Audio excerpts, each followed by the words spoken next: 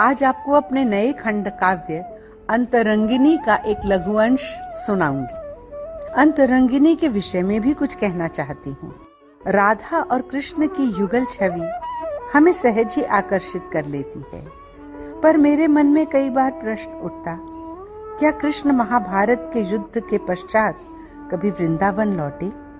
क्या कभी राधा की प्रतीक्षा पूरी हुई? उस पुनर्मिलन का प्रयोजन क्या रहा होगा? और जब मेरी यह भावना विस्तार लेती तो मुझे आभास होता मानो युद्ध की विनाश लीला से व्यथित हुए कृष्ण के हृदय को राधा ने अपने प्रेम की मधुर स्मृतियों से शीतल किया होगा।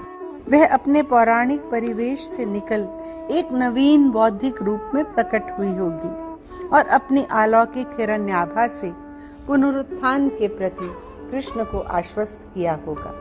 इस आशय को आत्मसात कर अपनी स्वच्छंद कल्पना से उद्धृत कर पाने का साहस मुझे अपने मित्र डॉक्टर हरीश नवल से प्राप्त हुआ, जिसके लिए मैं सदा उनकी आभारी रहूंगी। पर्व 2 अंतरंगिनी। तुम लौट आए कान्हा, धर्म और कर्म की रक्षा का संकल्प निभा आए। भविष्य का मार्ग प्रदीप्त करने का कोई अनुष्ठान शेष तो नहीं छोड़ा। सच कहना सुकुमार, उस प्रचंड महायज्ञ के उग्र रूप में स्वयं प्रज्वलित होकर तुमने क्या पाया? तुम सूत्रधार थे न उस घटनाक्रम के। खेल तुम्ही ने रचा था, पर वहां तुमने जो कहा क्या समझ पाया कोई? क्या समझा अर्जुन? कितने प्रश्न पूछता रहा वह तुमसे। अपने कांधे पर यज्ञोपवीत सा गांडीव धारण किए युद्ध यज्ञ वेदी के मध्य खड़ा वह श्रेष्ठ धनुर्धर कितना विश्लेषण करता रहा तुम्हारे संवादों का, पर कुछ अर्जित किया क्या?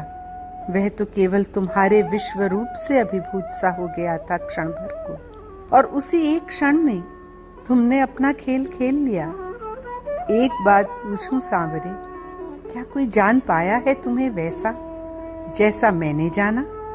तुम्हारा ये छलिया रूप कितना विकट है, इसका सम्मोहन पार कर पाना कितना दुष्कर है। जानती हूँ केवल मैं, तुम कितना भी छुपाओ, तुम्हारे मनोभावों को पल भर में बूझ लेती हूँ।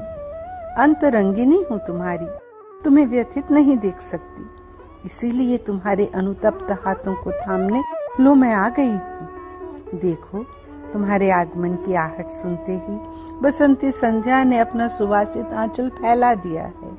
युद्ध से दग्ध क्षत विक्षत यमुना तट को ढांप दिया है।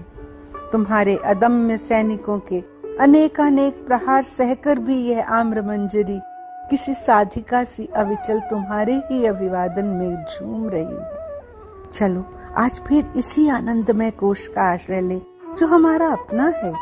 तुम्हारे माया जाल से परे यही एक सत्य है, अन्यथा सब मिथ्या। कितना सरल है ना कान्हा, तुमने सब उलझा दिया। आओ सुलझा दो।